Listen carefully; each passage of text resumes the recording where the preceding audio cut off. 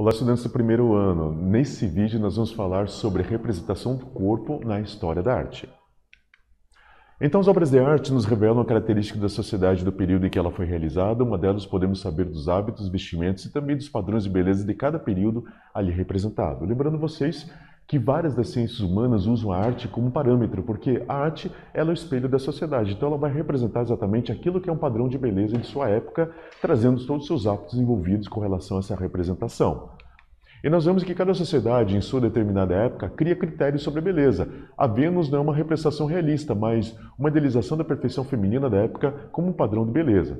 Nós estamos falando, pessoal, de época rupestre. A época rupestre, começo do homem, não tinha nem invenção da escrita, e essa Vênus de Willendorf, ela significa que o padrão de beleza naquele momento era esse padrão que está apresentando aqui para vocês na tela. Era um padrão que simbolizava a fertilidade, e esse era o padrão ápice da relação com relação à estética feminina perfeita. Então a beleza nessa época era associada a essa representação. E nós vemos que a primeira vez que se define beleza humana foi na Grécia Antiga. A beleza ideal seria a junção de harmonia, equilíbrio e simetria. Entra uma coisa chamada estética. Estética significa experiência, sensibilidade, percepção. Ou seja, no primeiro momento, o grego pensou o seguinte: nós temos esse corpo que é um presente dos deuses, então nós temos que cuidar desse corpo. Então nós podemos ver que um corpo ideal ele tem uma medida ideal, ele tem uma simetria, ele tem algo que, esteticamente falando, traz uma harmonia desse corpo. Então eles começaram a trazer essa ideia daquilo que é belo e aquilo que não é belo. Primeira nação do mundo que tem essa concepção, e essa concepção eles usam muito da questão da matemática. Então eles fazem vamos colocar um cálculo daquilo que está sendo apresentado e colocando como aquele cálculo X como padrão para todos os outros seguirem, que dentro daquele gabarito, vamos colocar dessa forma, isso é considerado belo. O que fica fora disso já não é belo nessa concepção deles. E nós temos o culto ao corpo entre os jovens, que previa que fossem fortes para serem soldados ou atletas. Exercícios físicos eram comuns entre as mulheres. Então, nessa época, nós temos uma época que, inclusive, as Olimpíadas eram homenagem à deusa Nike, deusa da vitória. Então, nós tínhamos um cunho religioso, mas um cunho estético, porque quando você cuidava do seu corpo, você estava cuidando dos presentes dos deuses. E nós vemos aqui o Hércules de Farnese, nós temos o Discóbula de Miron, nós temos a Vênus de Milo. Isso era exatamente o padrão da beleza que eles colocavam naquele momento, que era o homem ideal, a mulher ideal, era dessa forma. Lembrando vocês que a escultura grega não era o que eles estavam vendo, mas era idealizado, ou seja, eles pegavam melhor olho, melhor boca, melhor rosto, misturavam tudo isso para fazer uma escultura. Então era um Frankenstein, vamos colocar dessa forma, idealizado, que o escultor colocava na sua frente aquilo que ele julgava ser o homem mais perfeito e a mulher mais perfeita. E nós temos, mediante a cedência da religião ao poder, união da igreja e o Estado, a Europa católica ligou o conceito do belo ao sagrado. Não mais a carne, uma arte totalmente remodelada, educativa, que é recatada com caráter religioso e católico. Então o que acontece? Nós vimos agora que a religião ela vai pegar essa coisa do belo e vai pegar esse belo e jogar lá para o alto. Então agora o belo está ligado a Deus, somente a religião. O corpo ele é escondido, porque o corpo ele podia ser uma abertura para o pecado. Então dessa forma a concepção muda. Então nós temos agora uma coisa mais recatada, uma coisa assim que a arte ela se torna não mais estética como antes, mas se torna uma arte educativa, porque qual que é a concentração deles? Que você aprenda a Bíblia, mas a beleza está no céu, não mais na terra. Essa é a concepção.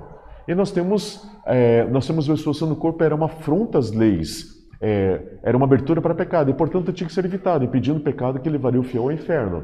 Então nós temos nesse momento que o corpo tem que ser evitado para que não tenha nenhuma margem para que o homem errasse em seguir a Bíblia. Então, corpo coberto não tem perigo de pecado. Essa era a evidência. E nós temos renascimento, uma grande valorização do belo, um renascimento das artes, existe o livre pensar humanismo e o retorno do belo grego do realismo romano.